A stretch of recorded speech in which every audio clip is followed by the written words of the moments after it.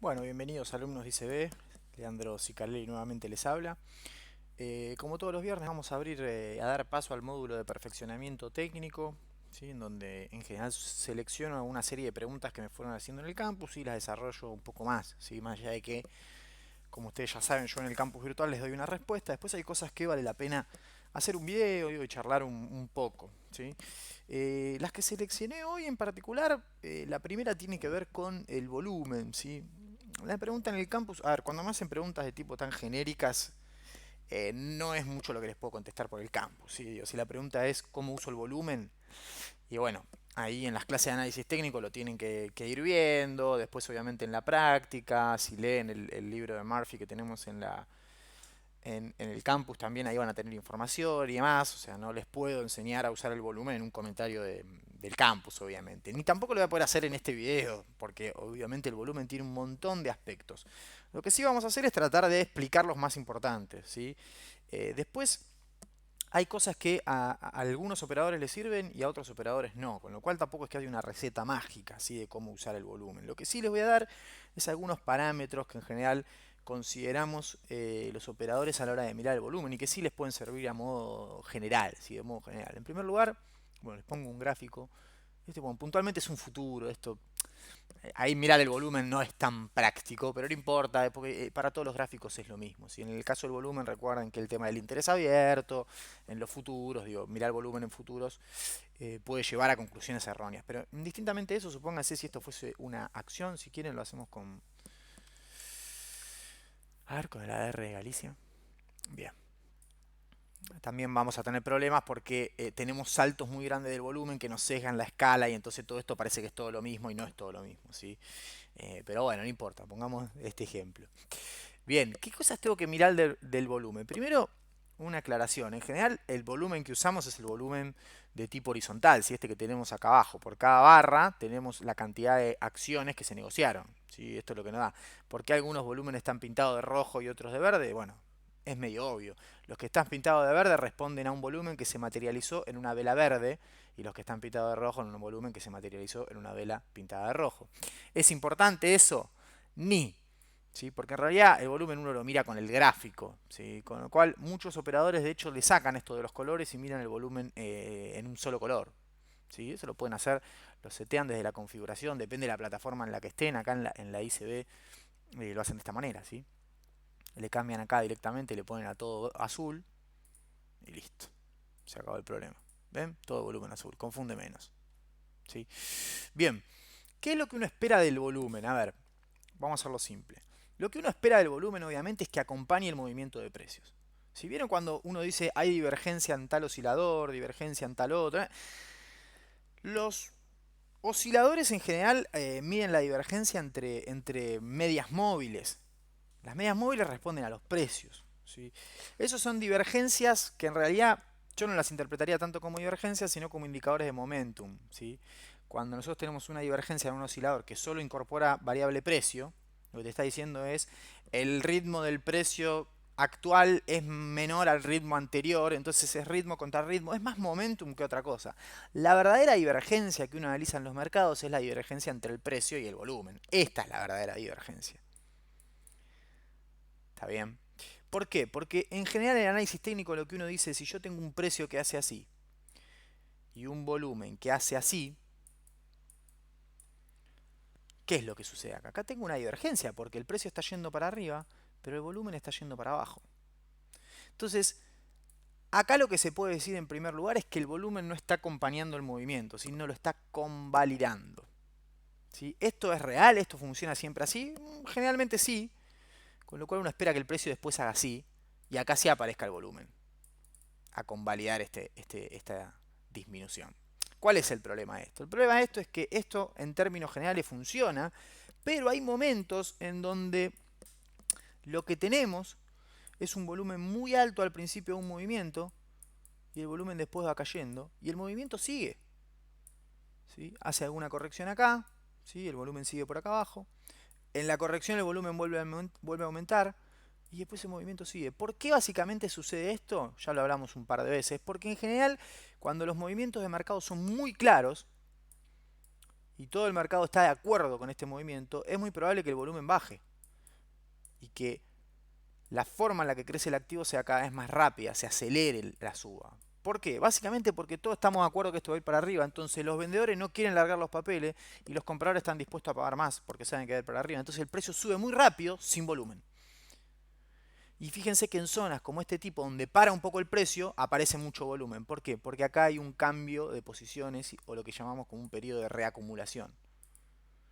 ¿Por qué básicamente funciona así? Porque acá hay tipos que se lo perdieron y que no vieron la forma de entrar porque esto no paraba nunca. Estuvieron esperando una corrección para entrar y no pudieron. Entonces esos tipos quieren subirse a esto.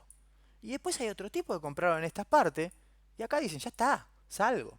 Cambio de cartera, sano proceso de reacumulación porque sigue. ¿Está bien? Entonces, las dos cosas son válidas. Para determinado momento de coyuntura que el volumen no acompañe es malo, pero en otros momentos que el volumen no acompañe puede ser producto de que el mercado tiene una dirección muy clara y todos estamos convencidos. Para acompañar este tipo de análisis es bueno mirar la volatilidad. Si se da caída de volumen, suba de precio y caída de volatilidad, bueno, es un movimiento, ahí sí es un movimiento en donde no importa tanto que el volumen no acompañe. ¿Está bien? Como les digo, el precio y el volumen en sí son variables de las más importantes en análisis técnico, pero no siempre resuelven todo. Siempre por ahí hay que agregar alguna noción más, algún indicador más. ¿Está bien?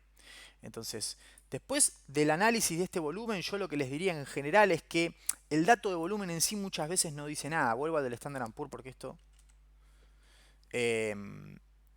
ahora vamos al ETF. El Standard & Poor's, ahí está.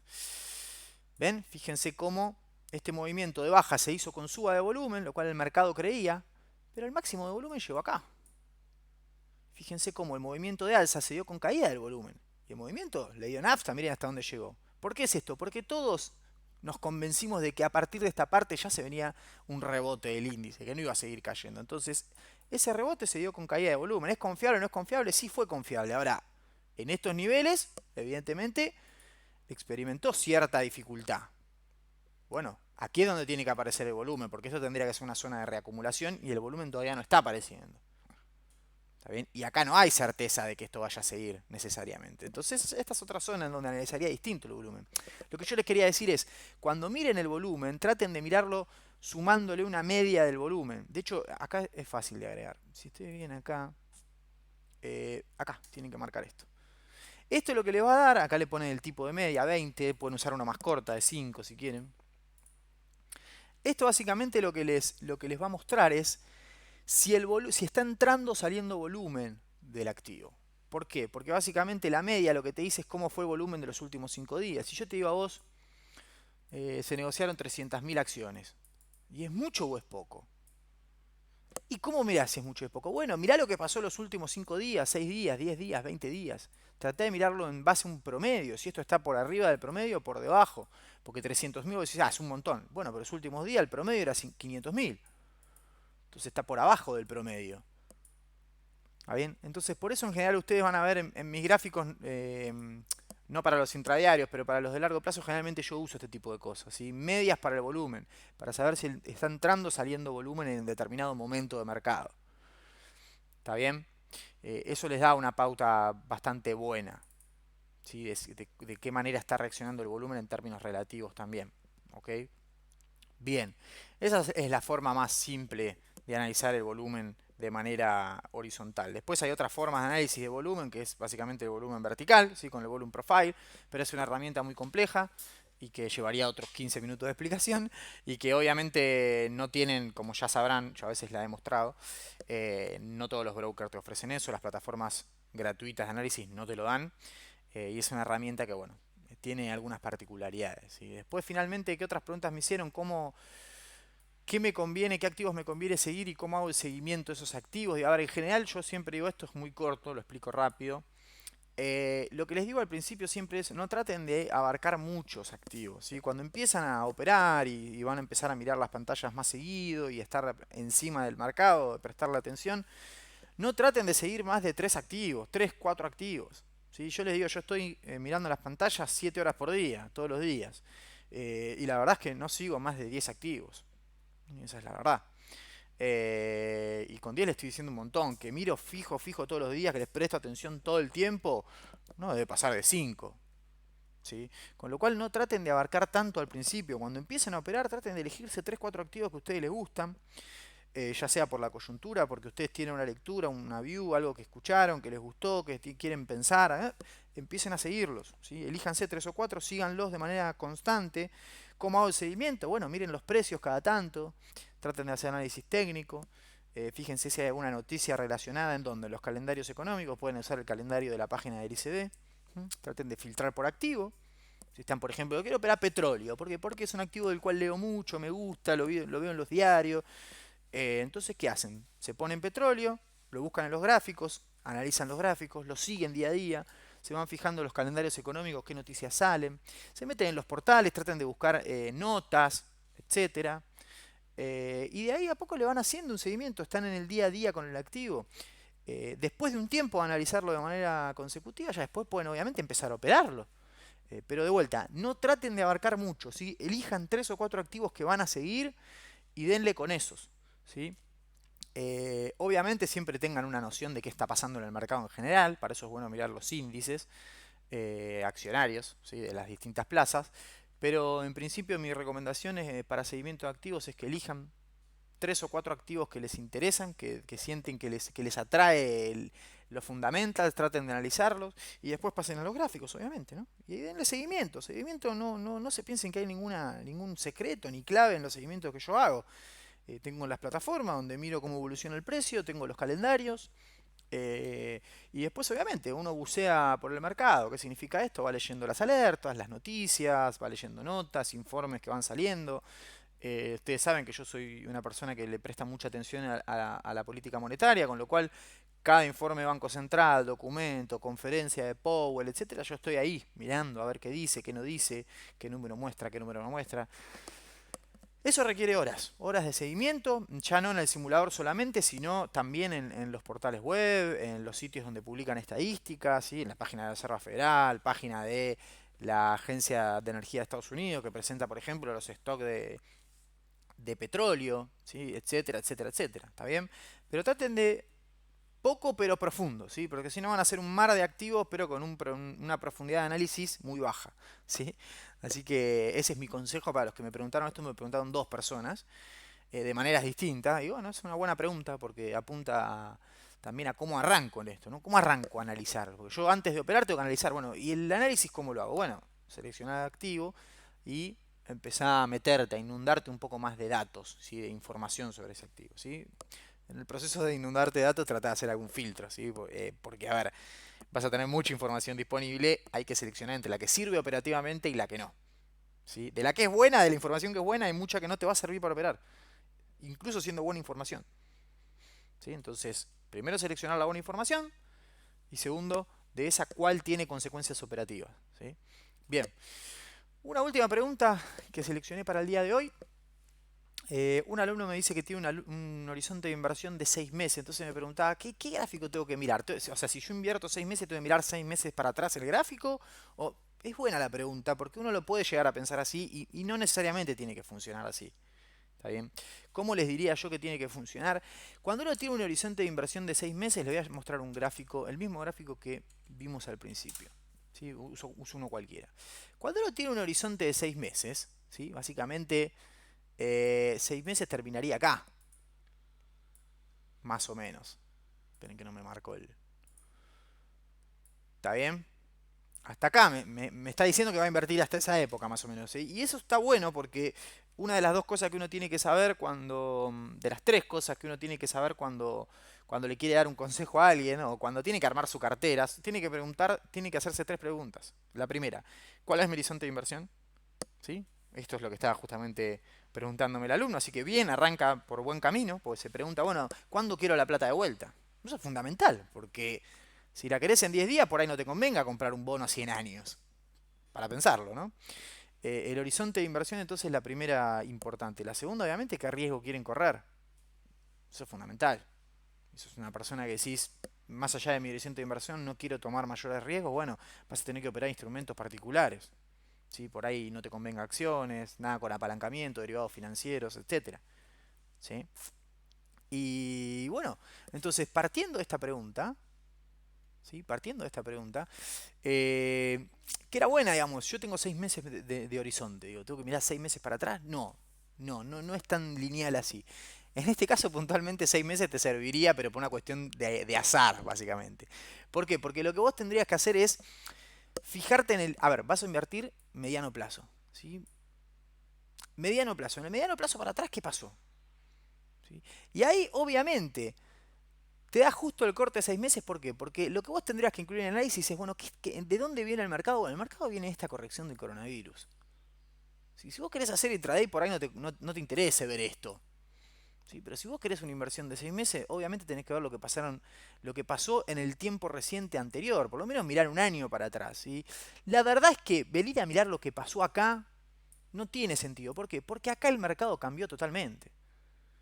Este fue el cambio que metió el C19 y obviamente es lo que determina lo que está viviendo el mercado hoy. Entonces, no recomendaría para una inversión de 6 meses mirar nada que esté por detrás de esto, por detrás del comienzo de 2020. ¿Está bien? Yo le decía tres, me había olvidado la tercera, ¿sí? Horizonte de inversión, riesgo, horizonte de inversión,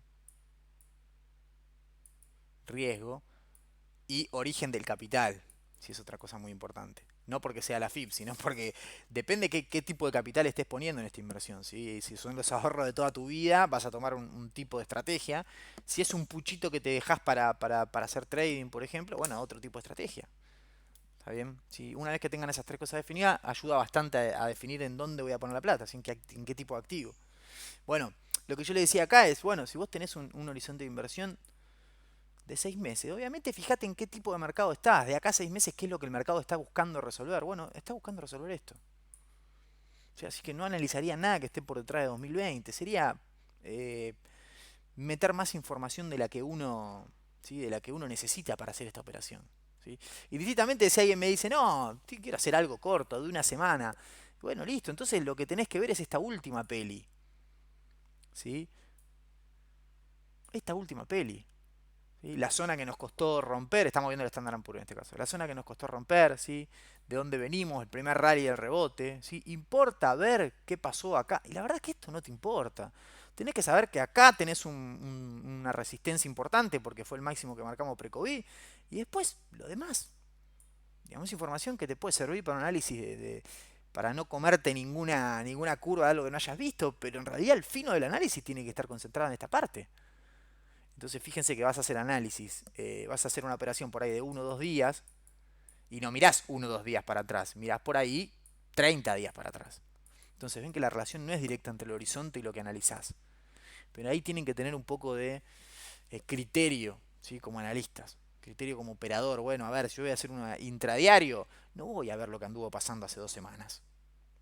¿Por qué? Porque a mí lo que me interesa es ver lo que está pasando en la rueda de hoy, porque voy a entrar y salir en el día.